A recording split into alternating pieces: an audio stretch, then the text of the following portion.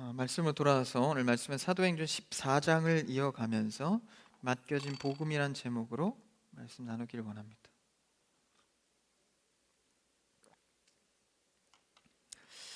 사도행전 13장 내용이 좀 남았지만 조금 생략하고 우리가 좀 14장으로 넘어와서 이제 복음에 관한 우리의 신앙에 대해서 말씀을 통해 나눠보려 합니다. 이제 사도행전이 쭉 오면서 이제 본격적으로 바나바와 바울을 통해서 선교의 사역이 시작됐습니다. 그래서 저번 주에 본 말씀도 이제 섬에 들어가서 이제 복음을 전하고, 물론 그곳에서 이제 방해하고 어려운 점들이 있지만 계속해서 전해지는 그리스도의 복음이 시작된 것을 보았습니다. 그래서 이제 이방으로 점점 전해지는 가는 상황인데, 이제 복음이 전해지고 또 처음 복음이 이제 태동에서 시작되는 건 아닙니까?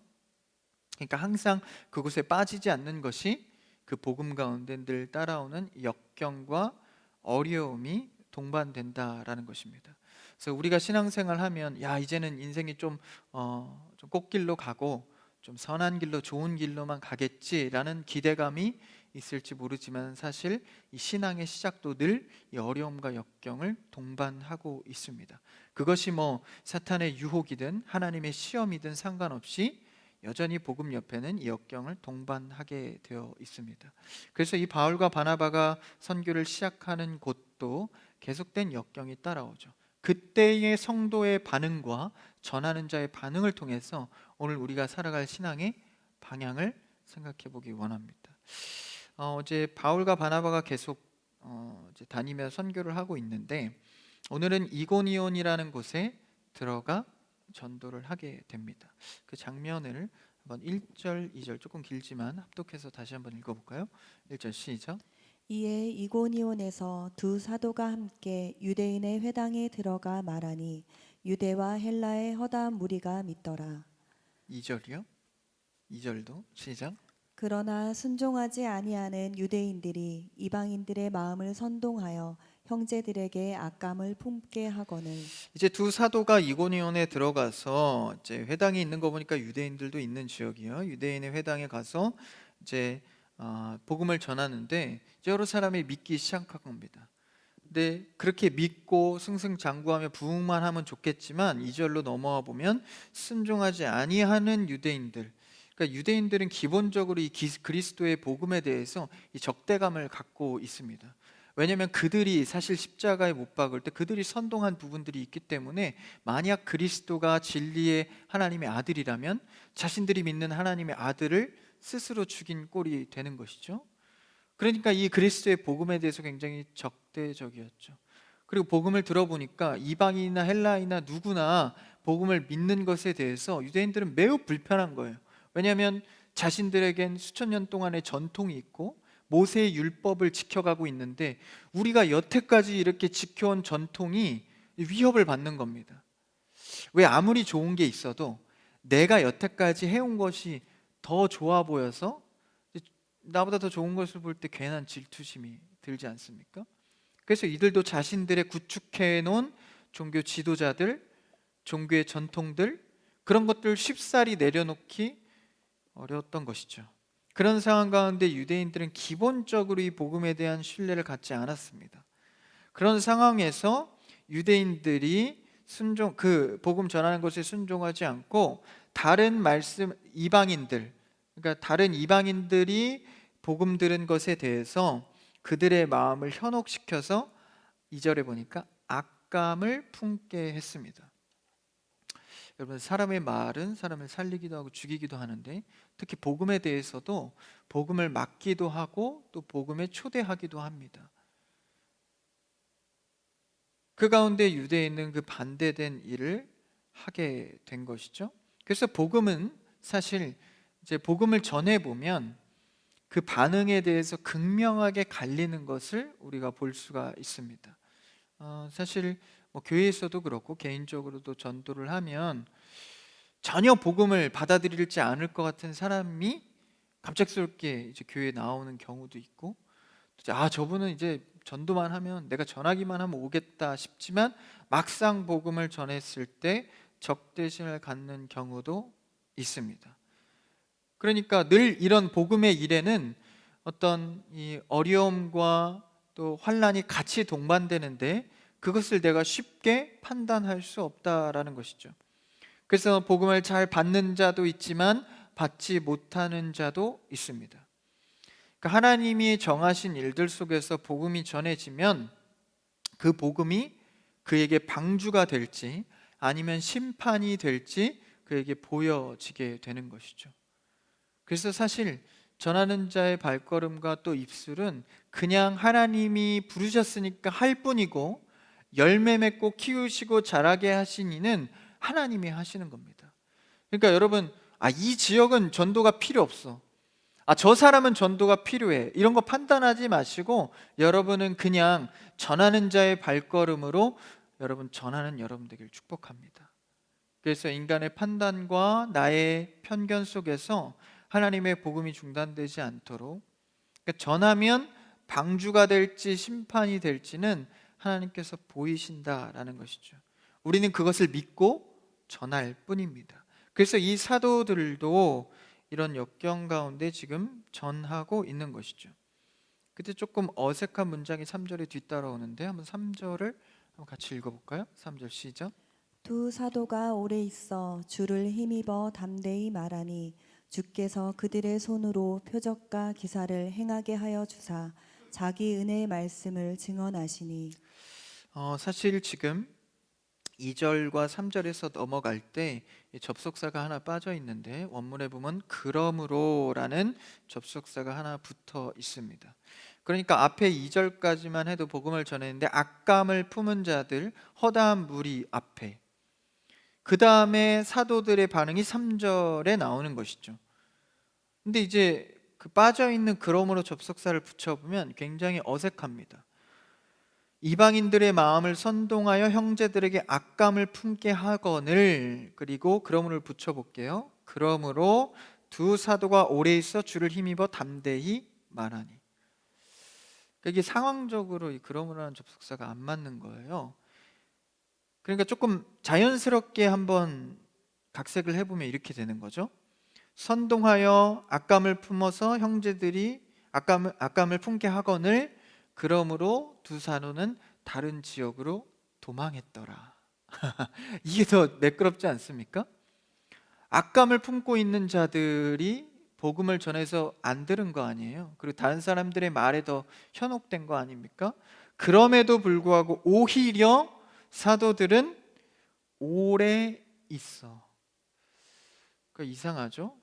듣지 않는 자들을 향해서 오래 있고 오히려 주를 힘입어서 더 담대히 말했다라는 것입니다. 이 사도들이 이 지역에서 이렇게 열심히, 그러니까 사실 뭐 손바닥도 맞아야 소리가 난다고 좀 전하면 아멘도 하고, 뭐 따르는 제자들도 있고, 저도 사도들처럼 함께 주를 모실래요? 뭐 이렇게 하는 게 있어야 좀 흥이 날 거 아니에요. 그래서 막 전하는 자도 신이 나서, 그렇죠? 이렇게 적막해도 저는 주를 힘입어 담대히 네? 근데 이런 반응이 없는데도, 뭐 이렇게 악감을 오히려 갖고 있는데도 오래 있어 주를 힘입어 담대히 말했다는, 그들의 신앙은 용기가 있어서일까요? 아니면 이제 막 복음을 전하기 시작해서 혈기가 있어서일까요? 아니면 그들의 열심일까요? 그들의 열심이나 혈기나 용기는 아닙니다. 그렇다면 3절 후반절에 보니까 하나님께서 또 기적도 주시죠. 그들의 손으로 표적과 기사를 행하게 해줍니다. 그러니까 하나님께서 기적을 행할 수도 있게 사도들에게 능력도 주니까 이 힘을 힘입어서 전한 것일까? 사실 그 표적과 기사, 그것도 아닌 것 같습니다. 왜냐하면 사실 이 표적과 기사라는 것은 당시에는 말씀의 완성의 시대가 아니기 때문에 하나님께서 직접 역사하시거나 말씀하시는 경우들이 매우 많았습니다. 지금은 이제 성경이 완성된 시대이기 때문에 말씀으로만 이제 우리가 보면 되는 것이죠. 그래서 당시에는 구약의 말씀은 있었지만 신약은 전혀 말씀이 완성되지 않은 시대이기 때문에 그들이 전하는 말씀에 대해서 이 증언이 필요했던 거예요. 증거가 필요했던 겁니다. 그래서 이 성경 미완성 시대에서 그들이 전하는 복음에 신적인 권위가 부여되기 위해서 진리의 차원이라는 것을 증거해 주기 위해서 하나님께서 이 표적과 기사, 이 기적적인 현상들을 많이 준 것이죠. 근데 지금은 어떻습니까? 지금 시대는 은혜 시대라고도 말할 수 있을 정도로 우리는 말씀으로 충분한 시대를 갖고 살아가고 있습니다. 그러니까 당시에는 복음의 공증을 위해서 하나의 도구로 기적을 그들에게 주신 것이죠. 그러니까 사실 당시에는 이제 전도할 맛이 좀 났을 것 같아요. 이제 전도하면서 기적도 하나님이 도구로 주셨으니까, 그러면서 자신의 말에 신빙성, 그러니까 신적 권위를 부여해 주는 것이죠. 그러니까 오늘날에 와서는 사실 이 성경 완성 시대 속에서 말씀만으로 우리가 살아가는 겁니다.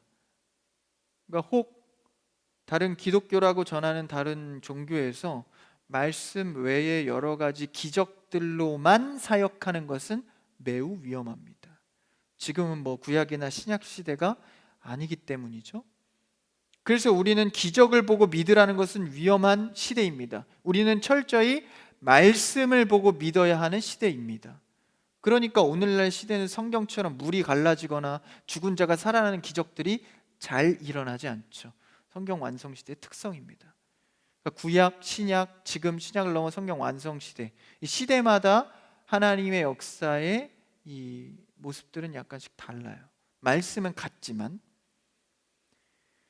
그러니까 반대로 우리가 역설적으로 생각해 보면 그런 분들 계시죠. 믿지 않는 자들 중에 내가 좀 하나님을 직접 보면 믿겠습니다.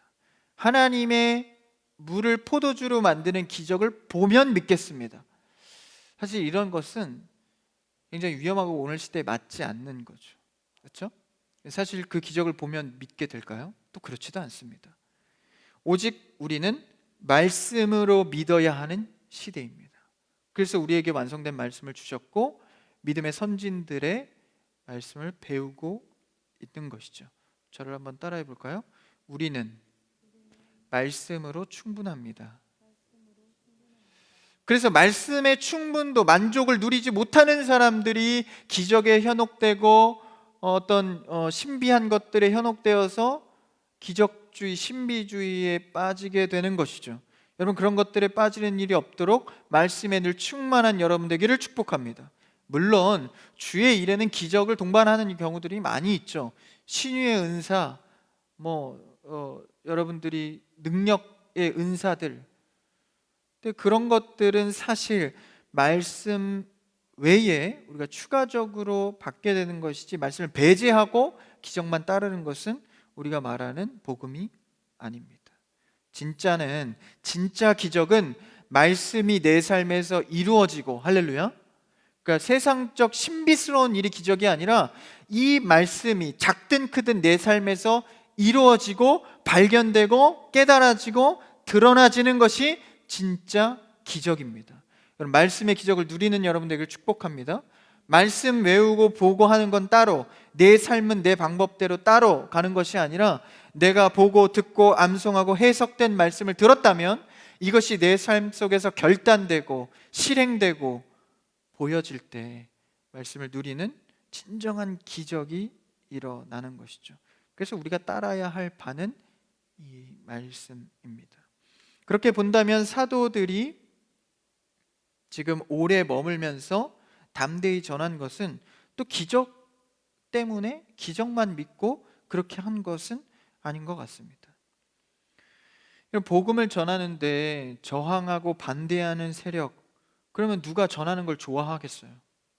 여러분도 신앙생활 하면서 봉사 한두 개씩 맡기 시작하면 이렇게 목장이 편성되거나 공동체 생활을 하게 되면 사람과 부딪히게 되죠. 근데 그 사람들이 나를 적대하고 저항하고 반대한다면 그 공동체의 일이나 섬김이 얼마나 지치겠어요? 그래서 그런 지침이 오는 사람들이 있죠. 그래서 결국 교회를 떠나서 다른 교회에 가서 그냥 이제는 봉사 안 하고 목장도 안 하고 그냥 예배만 드리고 갈래, 이런 신앙의 양태가 바뀌어져 가는 사람들이 매우 많습니다. 그러면 그 전에 잘못된 그 사람들, 잘못된 교회가 잘못된 걸까요? 그렇지 않습니다. 이것은 비단 어떤 사람의 특정 잘못이기보다 우리가 신앙생활을 시작하면 반드시 겪게 되는, 동반되는 역경이다라는 것입니다. 그런 경우가 있어요. 교회 시스템이 마음에 안 들거나 교회 사람들이 마음에 안 들어서 교회를 옮기는 경우, 그 교회 갔더니 야, 여기 이 교회는 다르다, 그런 경우는 없습니다. 이단이 아니고서야 기성 교회들은 모두 다 섬기고 사랑하고 베푸려고 노력을 다 하죠. 근데 어느 공동체든지 신앙생활에는 섬기거나 봉사하거나 예배에 깊숙이 들어가면 역경을 반드시 동반합니다. 그래서 우리는 그 지침 속, 이것이 지속되면 내려놓고 싶어요. 피로하니까. 이게 바로 영적인 피로함인데, 이것을 잘 보여준 교회가 있어요. 바로 고린도 교회인데, 여러분 한 번쯤은 들어보셨죠? 고린도 교회에서 분파가 나눠진 거예요. 4개의 분파로 나눠집니다. 뭐 예수파, 아볼로파, 바울파, 게바파 다 나눠진 거예요. 그러니까 4개의 그룹으로 이렇게 나눠지다 보니까 서로 갈등이 오잖아요. 근데 처음에 갈등이 올 때는 막 혈기에 취해서 막 우리가 더 낫다, 뭐 이렇게 혈기로 밀어붙이지만, 이것이 다툼이 길어지면 영적인 피로도로 축적이 됩니다. 그러다 보면 지치고 힘들어서 내가 맡은 일들, 교회의 신앙들을 놓게 되는 현상들이 나타나지죠. 그래서 여러분, 교회에선 갈등이 있더라도, 여러분의 신앙에 다른 대상과 갈등이 있더라도 절대 길어서는 안 됩니다. 빨리 주 앞에 나와 회개 기도하든 뭐 그를 위해 노력을 하든 빨리 해결을 하셔야 됩니다. 영적인 피로가 길어지는 것이 사탄이 노리는 수입니다. 사탄은 그 영적인 피로가 길어지게 해서, 그래서 원래 우리 이제 직장 생활하다 피로가 길어지면 뭐가 되죠? 만성 피로가 되죠. 그래서 내가 피로한 건지 원래 텐션인지도 까먹어 버리게, 그래서 거의 뭐 좀비처럼 이렇게 다니게. 신앙도 마찬가지입니다. 영적인 피로감이 길어지면요, 만성적으로 이 사탄이 노리는 수거든요. 그래서 계속해서 주의 일을 하고자 할 때 중간중간에 이 역경의 고난의 피로도를 주는 것이죠. 그래서 내가 현재 갖고 있던 신앙의 고백들, 혹은 내가 갖고 있던 섬김들, 봉사들, 책임지는 영혼들 놓게 만드는 겁니다. 내려놓게 하는 것이죠. 사탄의 수는 여러분이 갖고 있는 신앙의 양태들 다 내려놓게 하는 것입니다. 그럼 첫 번째 스텝이 사탄은 피로도를 높이는 거예요. 아, 교회 하는 거 너무 피로하다, 이런 생각을 지속시키는 겁니다. 길어지면 그것이 사탄이 노리는 수로서 불순종의 결단을 하게 되는 것이죠. 그래서 공동체에 혹은 개인에게 맡겨놓은 일을 놓게 합니다. 그래서 그런 상황이 고린도 교회에 발생한 거예요. 그러니까 사도 바울이 고린도 교회에 이렇게 전하는 것이죠. 고린도전서를 한번 읽고 다시 돌아올까요? 고린도전서 4장 1절과 2절인데 한번 읽어볼까요? 시작. 사람이 마땅히 우리를 그리스도의 일꾼이요 하나님의 비밀을 맡은 자로 여길지어다. 그리고 맡은 자들에게 구할 것은 충성이니라. 이 고린도전서 4장 1절에서 2절에 오늘 본문의 사도들이 그곳에 악감을 갖고 있는 사람들 앞에서도 오래 머문 이유를 여기서 갖고 있습니다. 1절 다시 띄워주시면, 4장 1절 고린도전서. 사람이 마땅히 우리를 그리스도의 일꾼이 하나님의 비밀을 맡은 자로 여길지어다. 다시 말하면 하나님의 비밀을 맡은 자, 그러니까 주를 믿는 자는 하나님의 비밀을 맡은 자다라는 거예요. 다시 말하면 하나님의 경륜을 맡은 자인 거죠. 그러니까 하나님의 경륜은 우리가 알 수 없는, 그러니까 과거, 현재, 미래를 통으로 보고 계시고 우리의 죽는 날까지의 모든 일정을 알고 계신 그분께서 그분의 경륜으로 우리를 부르셨다라는 거예요. 그러니까 하나님의 경륜 속에 우리가 부름을 받았다면 할 일이 있다라는 것이죠. 여러분, 이 땅에 태어난 것은 결코 우연이 아닙니다. 하나님께서 부르신 것이죠. 왜요? 할 일이 있기 때문에. 하나님의 경륜, 다시 말하면 하나님의 계획 속에 여러분이 할 일이 있기 때문에 이 땅 가운데 부르셨다라는 것입니다. 누구나 피조물로서 맡겨진 것이 있다라는 거예요. 심지어 여러분, 동식물도요, 하나님의 경륜에 포함된 자들입니다. 그러니까 여러분, 동식물들을 관리하는 것을 함부로 하면 안 돼요. 뭐 동물학대, 이 비인간적인 이런 일들을 하면 안 됩니다. 왜냐하면 그 모든 질서도 하나님의 경륜 안에 있기 때문에 우리가 돌보아야 할 의무가 있잖아요. 그래서 우리는요, 사실 원에서 태어난 자는 없죠. 여러분, 원에서 태어나신 분 있나요? 아, 나는 저 부모 밑에서 태어나야지. 클릭 딱 해서 응애 하고 이렇게 태어나신 분 없죠.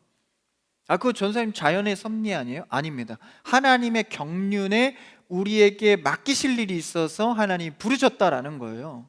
그래서 왜 사춘기 때 이런 고백 많이 하죠? 부모님들에게 애들이 어떤 고백 많이 해요? 내가 태어나고 싶어서 태어났어요? 쾅 닫고. 근데 아주 이거 영적인 고백이에요. 맞아. 태어나서 싶어서 태어난 게 아니에요. 부모의 의도로 태어났나? 그것도 아닙니다. 하나님의 경륜 속에 하나님이 부르신 것입니다. 그러니까 우리가 죽을 때 뭐라고 하죠? 저분 죽었대 이렇게 안 하고 어떻게 하죠? 돌아가셨어 이렇게 말하죠. 하나님께 돌아가는 거예요. 부르신 분에게 돌아가는 거죠. 그러니까 하나님의 경륜, 그의 비밀, 그의 계획을 우리는 맡은 자다라는 것입니다. 그러니까 이것만 해도 여러분의 삶의 가치는 달라지는 거죠. 살아야 될 이유는 달라지는 겁니다. 요즘 청년들이 허무감을 많이 느껴요. 내가 노력한 것보다 살아가는 결과는 너무도 이게 적기 때문에. 근데 여러분, 그런 것들에 너무 현혹되거나 실망하지 마십시오. 여러분, 우리는 하나님의 경륜을 맡은 자들입니다. 하나님이 시키신 일을 감당하는 자들이다라는 것이죠. 그래서 여러분, 교회 안에서도요, 교회가 계획하고 끌어가는, 마치 모세가 이스라엘 백성들을 끌어가는 것처럼 하나님의 말씀을 듣고 끌어가는 모세처럼 교회 안에서 끌려갈 때는요, 내 뜻으로 하고 말고가 있는 게 아닙니다. 그러니까 여러분, 섬김할 때 조심하세요. 내 뜻으로 뭐 해야지 말아, 이게 아니에요. 지금 오늘 말씀에 나오는 오늘 두 사도는 역경 속에서도 오래 있고 주를 힘입었고 담대히 말할 수 있었던 이유는 하나님께서 부르셔서 그 경륜의 의무를 하고 있다는 확고한 신념이 있었기 때문입니다. 그래서 우리는 이곳에서 이렇게 우리가 하나님의 경륜 속에서 내가 맡은 자다라는 인식 속에 해 나가다 보면, 굳건히 서 있다 보면 그 선포 속에 뭐가 일어나요? 기적도 일어나는 거예요. 그랬을 때 하나님께서 맡기신 일이 맞구나, 무릎을 치게 되는 겁니다. 여러분, 신앙은 버티기입니다. 하나님께서 맡겨준 일을 그저 내가 아멘으로 순종하고 버티는 것이죠. 그럴 때 하나님의 기적을 보게 되는 것입니다. 그래서 이것을 알기 때문에 사도들이 뭐 그 사람들이 악감을 갖든 어쩌든 그 사람들 향해서 오래 있고 주를 힘입어 담대히 전하는 것이죠. 그래서 고린도전서 아까 읽은 말씀 4장에 보면, 그러므로 1절 한번 다시 띄워주시겠어요? 사람이 마땅히 우리의 그리스도의 일꾼이 하나님의 빈을 맡은 자로서 여길지어다. 그 다음 2절 어떻게 돼요? 그리고 그러므로 맡은 자들에게 구할 것은 오직 충성이니라. 할렐루야. 우리가 구할 것은 뭐 능력, 은사주의, 신비주의, 이게 아니라 오직 충성입니다. 하나님 앞에 충성하는 여러분들에게 축복합니다. 24년부터 결단해서 충성하지 마시고요, 지금 한 해를 마무리하는 이 시점에 주 앞에 충성하기로 결단하십시오. 그래서 우리가 하나님의 비밀을 맡은 자로 여러분 확신하신다면 주 앞에 인내함으로, 버팀으로 충성하는 것입니다. 그런데 뭐 하래요? 고린도전서 말씀해 보니까 구하래요. 충성 이렇게 한다고 되는 게 아니라 하나님 앞에 구하는 겁니다. 주님, 내가 주 앞에 드릴 게 무엇이 있겠습니까? 하나님, 나를 부르셨으니 순종으로 충성할 수 있도록 인도하여 주옵소서. 구하는 겁니다. 충성을 구하는 것이죠. 그래서 우리의 인생은 맡은 자로서 사실 버티는 것입니다. 그런 얘기 있잖아요. 잘하는 사람이 남는 게 아니라 남는 사람이 잘하는 사람이다. 헷갈리세요? 뭐 그런 얘기도 있잖아요. 그럼 참 좋은 말 같아요. 신앙은 버티는 것입니다. 가정에서 여러분들이 맡은 일이 있습니까? 직장에서 맡겨진 일이 있습니까? 교회에서 복음적으로 맡겨진 일이 있습니까? 다 하나님의 경륜의 입장에서는 주님이 맡기신 일이다라는 것입니다. 그러니까 여러분이 뭐 어떤 업무를 보다가 다른 일을 하게 되거나 이직하게 되거나 또 어떤 일을 직장을 고를 때 여러분 충분히 기도하셔야 됩니다. 그냥 뭐 내가 선택하는 거지 그게 아닙니다. 하나님의 경륜을 맡은 자로서 주님, 내가 이 일을 하기 원하십니까? 주님, 내가 이 일을 계획하고 있는데 주님의 경륜에 맞는 것입니까? 구해야 되는 거예요. 그냥 내가 좀 실증 나니까 이게 나 더 잘하는 것 같은데 그거 아닙니다. 교회에서도요, 봉사를 맡길 때 은사대로 맡기지 않습니다. 그죠? 오직 충성. 그러니까 사실 예배 열심히 드리고 잘 나오는데 사역자가 그를 방치하는 것도 죄입니다. 예배 잘 드리시는 분들 제가 눈여겨보다가 좀 자막을 한번 넘겨보지 않겠니? 뭐 이런 얘기를 할지도 모르겠어요. 예? 그러니까 우리는 은사대로 하나님께서 부르신 게 아니에요. 하나님의 경륜은, 그분의 선택은 우리를 사랑하시고 태초 전부터 결정하신 일들입니다. 그 속에 우리가 무엇을 핑계할 수 있겠어요? 우리는 그저 하나님께서 맡겨진 일들을 충성함으로 감당해내는 것입니다. 가정도 마찬가지죠. 여러분들이 부모님과 갈등이 있습니까? 또 자녀가 있으신 분들은 자녀와 갈등 있나요? 아내와 남편과? 여러분, 주님의 경륜 속에 맡겨진 일들입니다. 직장도 마찬가지죠. 믿지 않는 사람들이 많고 또 그런 환경이라고 해서 핑계대지 마십시오. 그것도 하나님의 경륜 속에 여러분에게 맡겨진 일입니다. 나 한 사람이 뭐 바뀐다고 뭐 이 공동체가 바뀌겠어? 그렇지 않습니다. 하나님의 일은, 하나님의 경륜은 내 생각보다 깊고 넓고 높습니다. 우리가 충성하고 버틸 때 그분의 기적을 보게 되는 것이죠. 그래서 이 속에서 뭐 가정이나 직장이나 캠퍼스나 뭐 교회 안에서 우리가 그 맡은 자로서 항상 훈련해야 될 것은 무엇이겠어요? 모멸당하거나 자존심이 상하는 일들에 대해서 여러분 익숙해지셔야 합니다. 성향적으로 자존심이 강하다고요? 성도는 성향으로 하는 것이 아닙니다.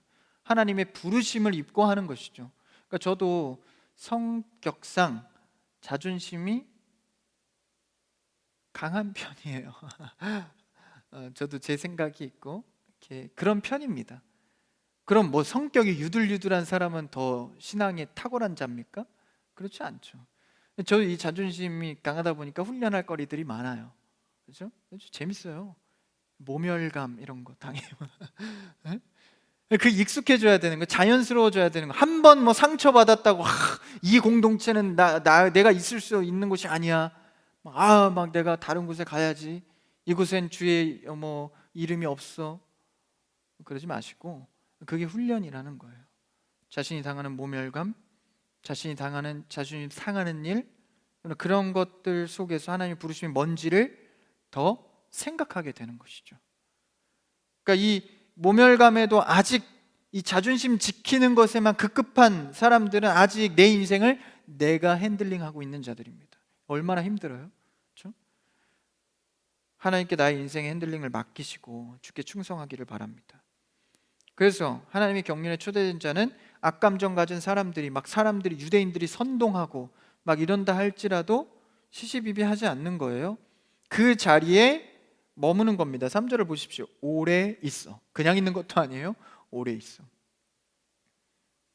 제가 3부 예배나 여러분들과 함께 하면서 누가 갑자기 한 명이 일어나서 선동해갖고 막 사람들을 막 현혹시켜요. 저 얼마나 열받겠어요? 이 귀한 영혼들을. 시시비비하지 않는 거예요. 그냥 오래 머물며 주를 힘입어 담대히 사역하는 겁니다. 그렇죠? 그 자리에 있는 것. 이것을 가장 잘 보여준 예표가 뭐죠? 예시가 뭐죠? 바로 예수 그리스도의 십자가입니다. 하나님의 아들이신 예수 그리스도가 이 땅 가운데 인간의 몸을 입고 천한 신분으로 신적인 권위를 갖고 살아갈 때 그 수치심, 그 모멸감, 그 속에서도 그리스도는 하나님의 경륜을 맡은 자로서 끝까지 십자가를 감당하십니다. 우리 말로만 그리스도를 따른다고 하면서 나의 십자가 하나 지지 못하고 도망한다면 여러분 어떻게 그리스도의 제자라 할 수 있겠습니까? 우리가 사는 원리는 어떤 역경에도 예수 그리스도를 힘입어서 신앙의 길을 뚜벅뚜벅 걸어가는 것입니다. 여러분 그런 신앙인들 되기를 주님의 이름으로 축복합니다.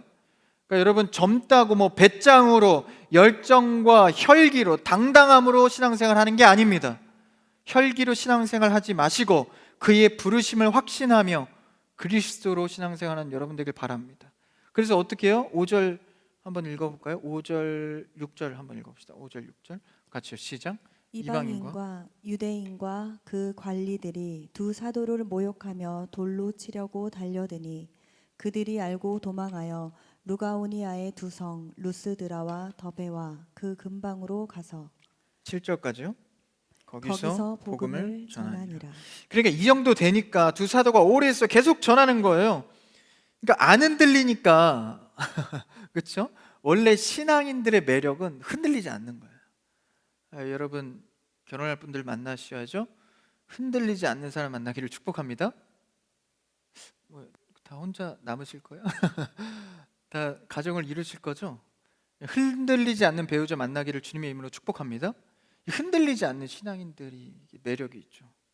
근데 여기 보니까 안 흔들리니까 그렇죠?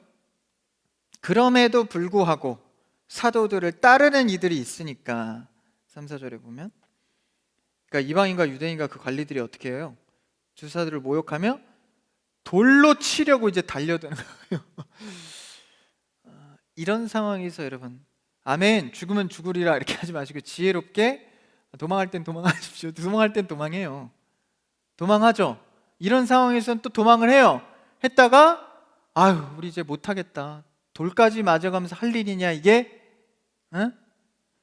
여러분 누가 본당 입구에 들어오는데 돌을 이렇게 돌까지 맞으면서 예배 드릴 일이야? 그럼에도 그들은 마치 아무 일도 없었다는 듯이 7절에 보니까 또 6절에 보니까 루가오니아의 두 성 르스드라와 더베와 그 근방에 가서 7절에 거기서 또 복음을 전하니라. 거의 미친 사람들 아니에요? 여러분 신앙인들은 이런 거예요. 그냥 아무렇지 않게 또 가서 복음을 전하는 겁니다. 여러분 이런 신앙인들이 되길 바래요. 위험해서 안 되고 성격이 안 맞아서 안 되고 돈이 없어서 안 되고가 아니라 내게 안 맞아서 안 하는 것이 아니라 하나님께서 나에게 맡겨주셨으니 도망갈 상황이 될지라도 그곳에서도 신앙을 지켜가는 것입니다. 2024년도 교회를 사랑하는 마음으로 많이 섬기시고 또 영혼들을 사랑하시고 돌보는 여러분들을 축복합니다. 연합 예배도 또 우리 힘차게 찬양하고 예배 드리길 바라요. 그렇게 따라갈 때 주를 따라갈 때 생명, 살 길이 있다라는 것이죠. 예수님께서 말씀해 주셨죠. 내가 길이요 진리요 생명이니 나로 말미암지 하고는 누구에게? 아버지께로 갈 자가 없느니라. 왜요? 그 아버지가 우리에게 경륜을 맡기셨으니까. 주께로 함께하는 자 길과 진리요 생명 되신 주님과 함께하는 자 생명의 길로 간다라는 거죠. 그래서 여러분들이 살면서 뭐 여러 가지 뭐 직장을 구하거나 대학 간 이제 고3 학생들 입시 뭐 이제 1월 1월까지 치를 텐데 뭐 직장에 뭐 떨어지거나 이직하거나 안 되거나 뭐 대학 가서 떨어지거나 여러분 그거 그렇게 밀려나고 밀려난다 할지라도 밀려난 곳에서 다시 시작하면 됩니다. 밀려나면 인생 끝나는 거예요? 뭐 시험 하나 떨어지면 끝나는 겁니까? 그게 아닙니다. 이 두 사도는 돌로 치려 달려드는 상황에서 다른 지역 가서 또 복음을 시작하는 거예요. 그럼 신앙의 실패나 또 실족을 했다고 해서 염려하지 마십시오. 여러분 그 실족한 곳에서 또 시작하면 됩니다. 어려운 곳에 처하셨나요? 그곳에서 또 시작하면 돼요. 그렇죠? 뭐 수가 많아지고 잘 된다고 축복이고 안 되면 저주입니까? 여러분 그런 기승전결의 신앙을 버리시고 안 된 곳에서도 또 만들어 가실 하나님의 맡기신 일들이 있습니다. 그것이 더 잘된 일인지 못된 일인지는 하나님께서 일하시는 걸 봐야 알 수 있는 것이죠. 용기를 잃지 마십시오. 밀려난 곳에서 또 시작하면 됩니다. 왜냐하면 우리는 맡겨진 일에 충성하는 자들이기 때문입니다. 여러분이 가는 모든 발걸음에는 하나님의 경륜이 있습니다. 잊지 마십시오. 여러분이 한 주의 삶을 살 때도 어떤 어려움과 나 홀로 눈물 흘릴 그 슬픔 가운데에서도 하나님의 경륜은 모든 시간 속에 있다라는 것이죠. 그 이끄심을 알아보게 될 날들이 옵니다. 그러니까 오늘 하루 내가 충성해야 될 맡겨질 일들을 잘 감당하시고 신앙 안에서 버텨내시고 오직 구할 것을 충성인 두 사도처럼 어느 곳에 가서든지 복음의 인내로 승리하는 여러분 되기를 주님의 이름으로 축복합니다.